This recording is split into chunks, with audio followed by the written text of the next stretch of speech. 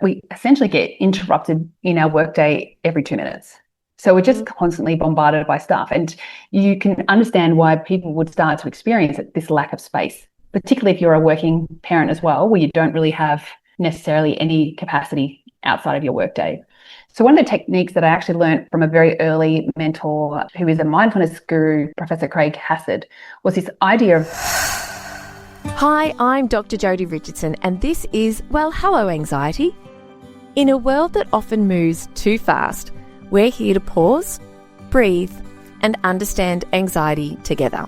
Each episode will explore practical strategies, share honest conversations, and uncover the science behind anxiety and well-being, all while creating a space where it's okay to not be okay. Let's continue this journey together. I have been feeling this morning, and talking to a couple of friends actually on the way into the recording studio today, really overwhelmed by the juggle of work and parenting and paperwork and life admin and parents and all of those things. And as I was driving into the studio, I was having a chat and just kind of having a conversation with a friend about trying to have some grace for myself, because there's so much to do. There's so many things that are on our plates. And for some people, for me, I'm really lucky in that my work is so fulfilling. It's incredibly fulfilling, but it still demands a lot of me in terms of time and energy. And for other people, unfortunately, though, sometimes work can feel like it takes away from well-being. And especially if you're anxious, sometimes work can be something that can amplify that, but it actually doesn't have to. And when I was preparing to talk to today's guest, I had a completely different introduction written, but we've just been chatting off air, and I've just been really drawn to sort of share like how normal it is to be in this juggle and to have so many kind of competing priorities, and for it to be hard sometimes more than others, depending on the stage of life that you're in. But what I love about today's guest, Dr. Kat Page, is that she has written an extraordinary new book called Good Work, which we will talk about a little bit later in the episode. But one of the really key themes is that work can be something that can contribute brilliantly and beautifully to our mental health and well-being when it's well designed and well led. And Kat, like me, also is a mum, and we've been talking a bit about the juggle and some of those challenges. So in today's busy, chaotic, always on world, especially with a lot of us who are living with anxiety. I have an anxiety disorder, and as you know, but sometimes, we can do things for ourselves, but the context that we are in, the environments that we spend time in, work being one that we can spend a lot of time in, can sometimes really contribute. So this is what our conversation is going to be about today. And Dr. Kat Page joins me from Melbourne, and so she's not too far away from the studio here. She lives in Melbourne with her husband, her 2 kids, and I loved one of the things, Dr. Kat, that you wrote on your website when I was having a look at your work, that drinking too much coffee and occasionally cleaning the kitchen cupboards for stress relief. I really related to that. She's an organisational psychologist and an author, and she has spent over 2 decades asking a really, really important question. What would our lives look like if work was designed to be good for us? So, Dr. Kat, that was a very lengthy intro, but I just wanted to let you know that I'm really personally relating to the work that you're doing. I just want to say a very warm welcome to the podcast. Firstly, thank you for having me, but also thank you for such a beautiful, human, warm introduction. And I love that you've talked about it from such a personal perspective, because that is, as I like to say, permission to be human. I love the fact that we now live in a society where we can just talk about this stuff. And I think some of the work you're doing really helps with that. So thank you. Thank you. And that permission to be human, I just think it just makes us all feel so much more connected. But personally for me, I feel like I can cope so much better with everything that life throws at me when I stop for a minute and think it's not just me. This is just what life in this stage of life is like. And you're an organisational psychologist, but also doing the juggle like everyone else. And you've taken time out of what is a very full life to write a book, which for anyone who's written one, you'll know. If you haven't, it is a phenomenal, stressful, time-consuming undertaking, and it's joyful and it's wonderful. It's something to be extraordinarily proud of, so congratulations. But there's got to be a good driver. There's got to be so much purpose because of the work involved. So what prompted you to write this book for us, which gets released on the 1st of April. So I can't wait to get my hands on it. Thank you, Jodi. I think it's a really good question, and I will be open in saying that I asked myself that very question many, many times over the course of writing the book. And if I'm really honest with you, there was a part of me that thought that maybe I wouldn't finish it, because it was really hard, especially, I chose to do it at a time of life which for most people is like one of the most stressful times in their life, which is when you're raising small kids, working full time. So as you mentioned, I have two little ones, one who's now 6 and another who's coming up to 4. And they're pretty, they're pretty demanding, in the best, most beautiful way. And I didn't want to sacrifice my time with them. And then I also work full time, which I absolutely love. So I did have to really dig deep to finish this book. So my work, I would very much describe it as a calling. If I think back to, obviously I've had 20 years of professional practice and research in this space, but I would say this need to want to give to the world in this space probably came from childhood. I've spent a lot of time actually thinking about this, Jodi, because I'm like, where did it come from? Like, why do I feel this compulsive need to write this book? Not just a book, but this book. So I was actually raised by 2 police officers, and anyone who knows about policing will know that it's an incredibly rewarding job, but also an incredibly stressful job. So on the rewarding side, I think my mum in particular is the kind of person who really is rewarded by that service and community and that wanting to help people. So I think that was a thing for her. But also it's a really draining job, a really tough job, and not for the reasons that many people think. It's not necessarily about, the chasing criminals bit. It's actually the daily grind of the job and working in environments that aren't necessarily conducive to getting stuff done, like just the constant setbacks and roadblocks and administrative burden that they deal with. And in fact, a lot of our first responders deal with this, and teachers, it's the day in, day out sort of grind. And then, so as a child, I did experience parents who were suffering probably from mental health problems as a result of that. That, if you think about it, when people work in jobs that harm them, it can in some spaces set up a lifetime or a trajectory for people beyond that individual, because parents create ecosystems. And this is not to say I had a bad childhood, because I had a wonderful childhood. My mum is just still my absolute best friend. But, it's those early experiences. But I think what that gave me was just so much empathy and compassion for people, and just a deep, deep desire to want to help people. And that really is what drives me. And I always wanted to be a doctor, Jodi, but I thought that it would be more of a medical path. But where I ended up going down was this more occupational health and occupational psychology pathway, because we all work in some capacity. And I deeply believe, both from the research and from my own experiences, that if we design and lead work in ways that are good for us, that can actually have a huge impact on us in terms of our mental health and also our health. So yeah, it's a calling. Thank you for taking the time to share that with us and to tell us a little bit about your parents, because we can't help but be shaped by the homes in which we were raised and by the people who are around us. And also that's the responsibility of being a parent, isn't it? That we are shaping and influencing the little people we're raising, or big people. I look up to one of my children now.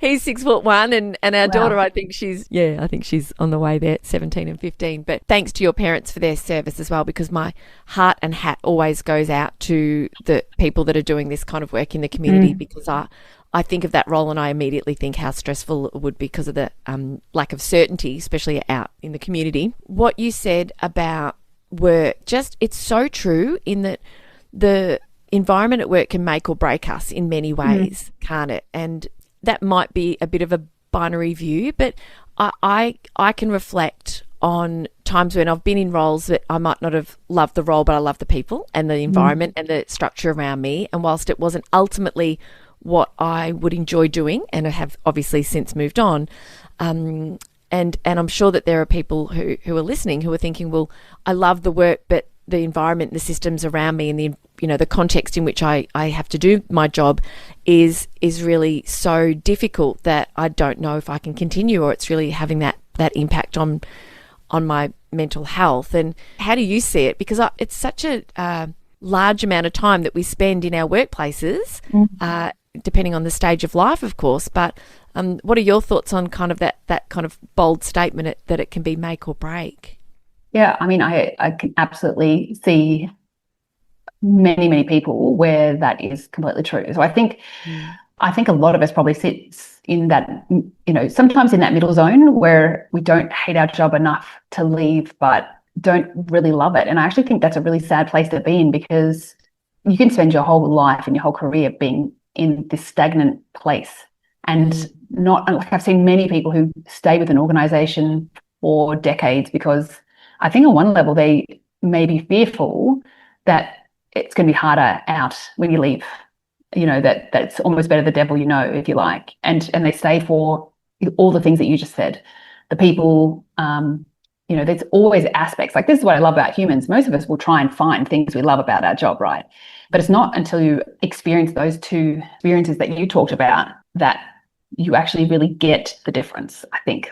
And how problematic that can be and how harmful it can be. But I think, staying in a job that you don't love, I think that's not great either. It's not. And when you've got that calling, which is how I feel in my work as well, as you beautifully described how you feel about yours. And I think about teachers. As I started my professional career as a teacher, which listeners to the podcast for a while will know, but that was sort of my first step into the professional world of work. And I loved teaching. My mental health took a nosedive, and that sent me in the direction of the work that I do now. But I meet teachers and work with teachers all the time, and we can look at the research around that as well and see that the heart for education, for children, for supporting and working with young people to help them learn and grow and develop and thrive in the world is just, that's just teaching in a nutshell for so many. But the environment around it, with overwork and stressful phone calls with parents, difficult interactions, maybe some challenges with colleagues, or feeling maybe underappreciated or underpaid, or just feeling stressed and overwhelmed, and yet feeling this passion for the work, but feeling like you're unable to change what's happening around you as well. The book, I'm curious to know, perhaps as a first question, for somebody who's listening and thinking, yes, it is affecting my mental health and well-being, the roles where people maybe work in families and housing, and there's a secondary traumatic stress, or there's that vicarious trauma and being exposed to some of the darker sides of life in the work that you do, and feeling like I like the work, I feel like I'm making a difference, but don't feel like I can influence kind of the context in which I'm working, and therefore can I keep going? Yes. So what you're really talking about there is an imbalance potentially between what the work expects of you, what it asks of you, which is about job demands, and then the resources that you have, either personal resources or resources that are connected to the job. So things like having control, which you're talking about, or autonomy is a really big one, that sense of purpose and meaning, that sense of connection. So like no job is devoid completely of challenge or demands, and actually if they were, that would be kind of probably boring for most of us. Like, we actually do appreciate having some demand and some challenge. Yes.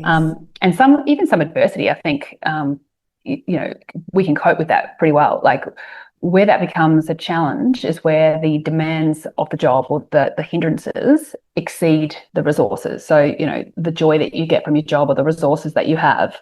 So I think in a lot of those professions you're talking about, what kind of protects them is the fact that they probably do find so much joy and purpose in their work. I've got a good friend who's a paramedic. I, obviously work with police officers. I work with, people who work in emergency departments. I think teachers have absolutely fall into this category. Like, when they speak about their job, they often speak about it as a calling, but also there is a risk there of burnout in those professions, because, if people have the demands and the resources out of balance for too long. Yes. And it kind of frustrates me, because if you think about paramedics and teachers, like, these are jobs that we cannot in society live without. And they're often the people where they're having to rely on their personal resources or on, the meaning that they have from their job as being almost compensating them for the fact those jobs are really poorly designed. And it's there's only so much they can control. And you've mentioned the word control a few times, and that is one of the most important, both protective and risk factors. So high control, if you feel that you can actually influence your environment or whether that be local or broader, that is an important protective factor. But if you've got the incessant demands on you and no control over them, that can be really harmful. So control is, you're really right to point that out. It's such an important thing. But yeah, I find it really frustrating that we don't value and support and invest in these professions the way that we should, because we can't afford to lose these people. No, we absolutely can't. And also want to encourage more to these professions as well. Dr. Kat, I love that we've been able to paint a bit of a, a picture for people to kind of so they can sort of see where they might fit in kind of this context of control and agency at work and feeling a sense of purpose versus having those challenges. And it just dovetails really beautifully into kind of really coming back to that experience of stress. You just mentioned burnout, which of course they're very different, but related, very much related. So could you talk to us, because I know one of the things that you've spoken about, which I love this approach, this idea, is that if you're having anxiety, experiencing anxiety at work or even at home, that it is absolutely in no way a personal failure, nor is it necessarily a disorder. We know that most people, everyone experiences anxiety. Some people experience an anxiety disorder. So can you unpack that for us? Yes, and I think that's a really important distinction because, anxiety, stress, burnout, these are all words that we use often, but they are, as you've said, in some ways need to be careful about because I think they need to be defined. So to answer that, it might be useful if I just talk a little bit to your listeners about the natural stress response.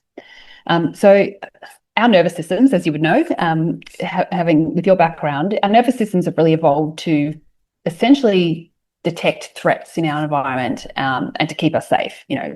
And so when our brain perceives or we sense pressure, demand, expectation, like preparing for a podcast, naturally our system will release hormones or stress hormones that will have a short-term impact on us. So it might be that our heart rate rises, that our muscles get tense, our focus might just really sharpen. For me, I've realized I hold my breath, which is incredibly unhelpful when you're trying to speak. So, our whole breathing changes. Yeah. And that does help us to respond in the short term or, to perform and to cope, in the short term. So that isn't a weakness, as you've said, that is actually our biology just responding very naturally to our environment. And so as many of your listeners would know, in the short term, sometimes it's really helpful to have some level of activation and stress. And that's adaptive. That actually helps us to perform. So I remember, when I first doing public speaking, I imagine you probably have the same experience.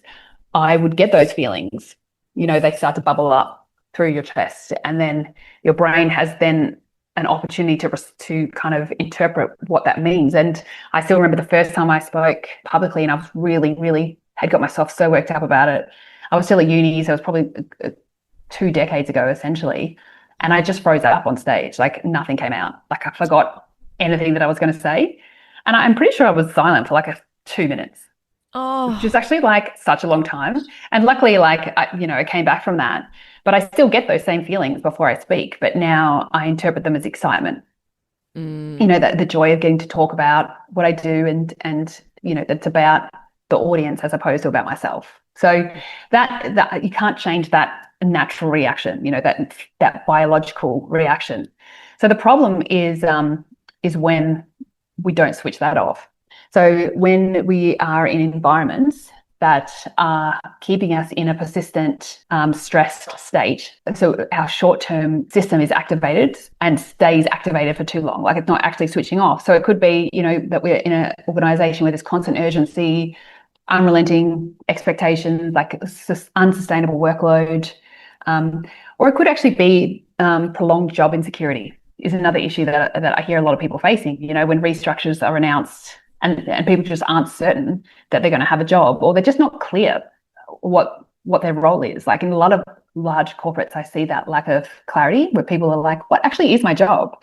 Which is the very basic of what we should expect in an organisation, to be clear on that. And of course, relationships. So you mentioned teaching. There's a whole lot of stuff that goes on in those environments that we can't control. So we can't control there's going to be conflict or difficult interactions that we have with other humans.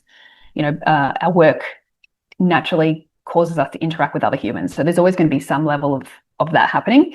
But when we don't actually have an opportunity to recover and switch that off and return to baseline, that is when we know that people are at increased risk of mental health disorders, so anxiety being a key one, but also depression. So if I can just give you a little bit of a statistic to show the impact of this, we've done a lot of meta-analyses around the impact, in particular, one type of working condition, which is, we call it job strain. So job strain is the combination of high demands and low control. So when, which teachers I think probably experience a lot of job strain, to use that as an example.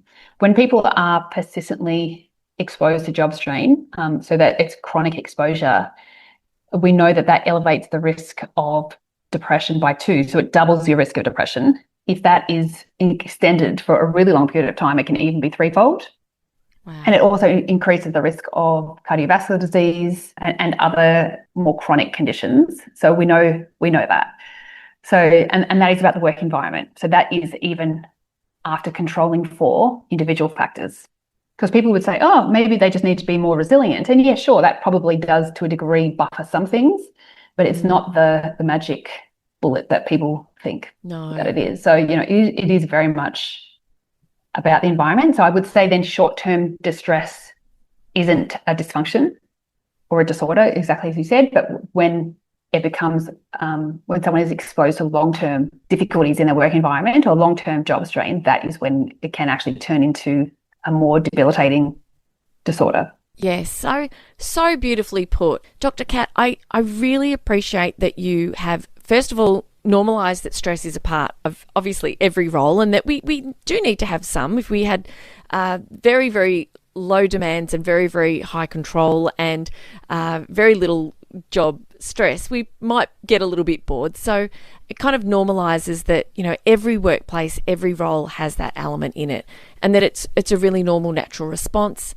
But also that we can build our toolkit of ways to down-regulate that stress response, and that is very, very important for us to do in the moment, on the day, but also for our long-term mental health and well-being. So what are some of the tools that you share and that you like to teach? Because we're all for building our toolkit here. Yeah, and I love that you're asking such a practical question. And perhaps I can break it into 2 parts, because I'd love to be able to offer your listeners some tools that they can take away.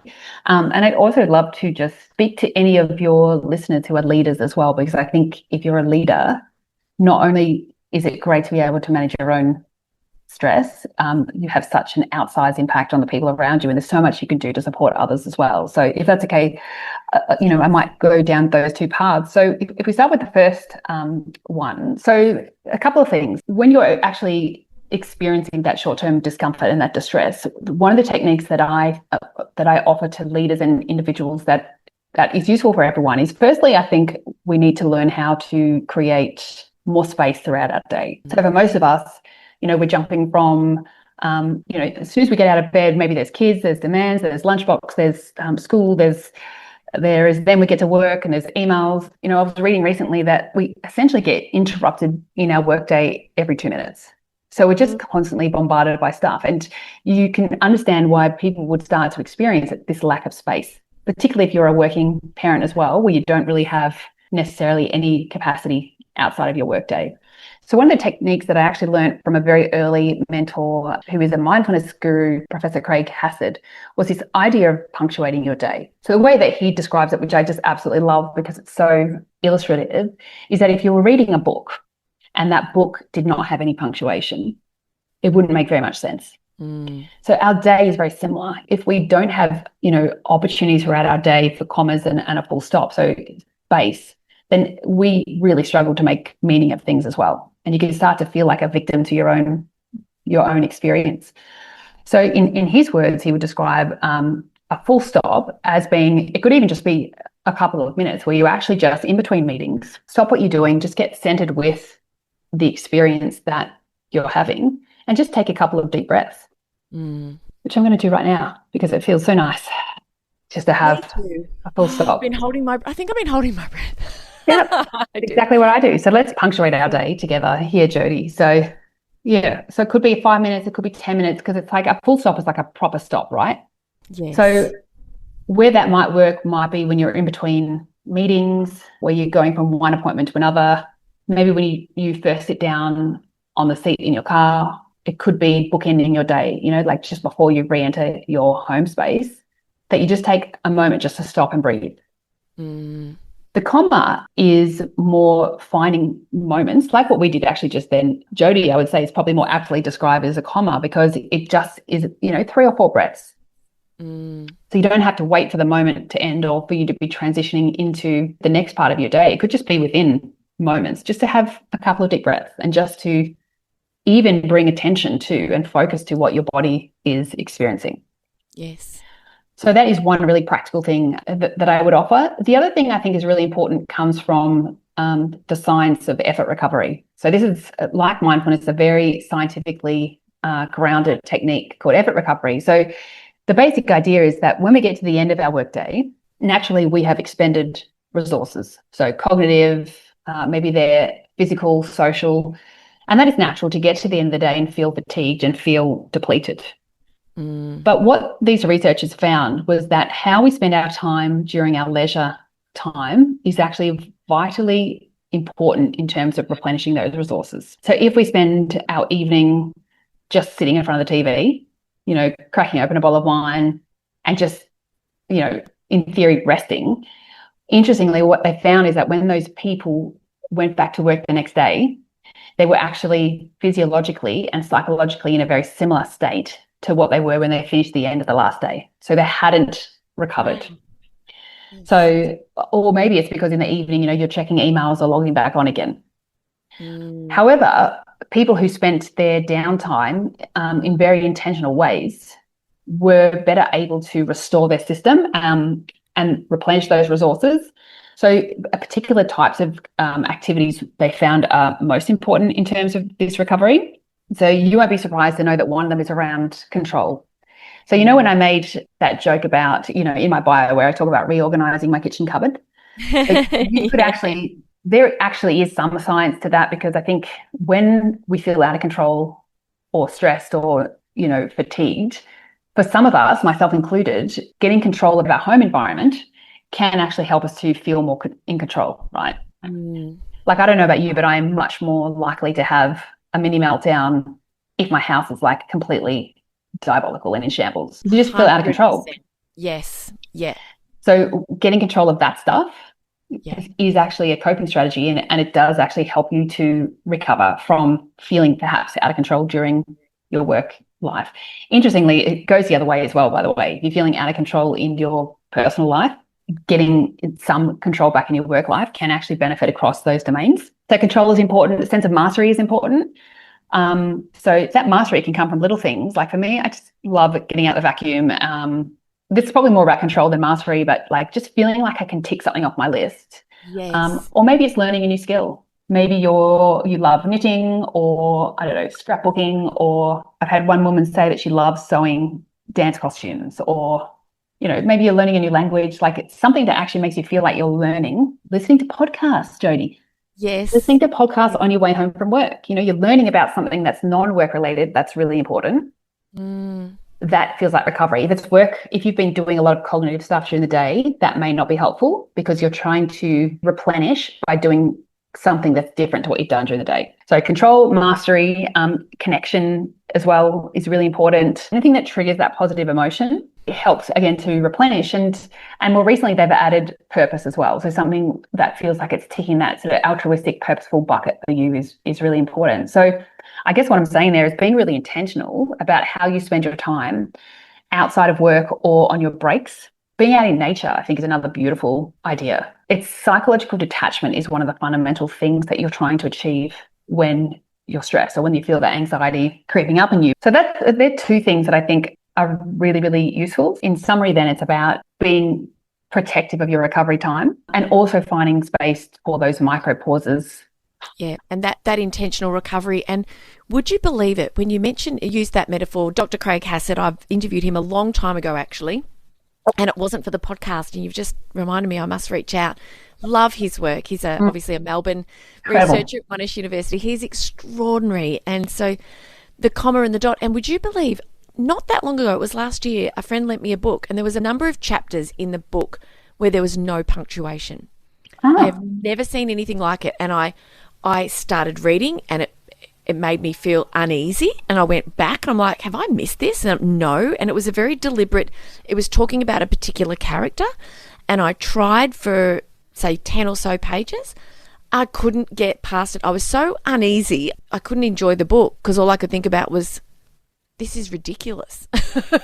and to think that we go through our days with, so I had that anxiety for no punctuation, and it's just that beautiful metaphor and those commas and the full stops, because some people might say, but I can't stop.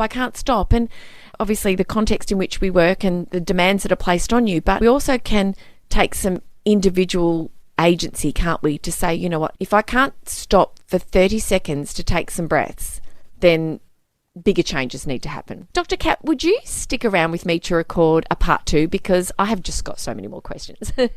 I would be absolutely honoured to stick around with you. Oh, thank you so much. Thank you for listening. I hope that you have taken notes. Join us next week for part 2 with Dr. Kat Page. I will see you then. Thank you for sharing this time with me on Well, Hello Anxiety. Remember, understanding anxiety is the first step to managing it. Until next time, be gentle with yourself. Take things one moment at a time. Focus on what you can control and know that you are not alone on this journey. If you found value in today's episode, please share it with someone who might need to hear it too. I'm Dr. Jodi Richardson, and I'll meet you right back here next week.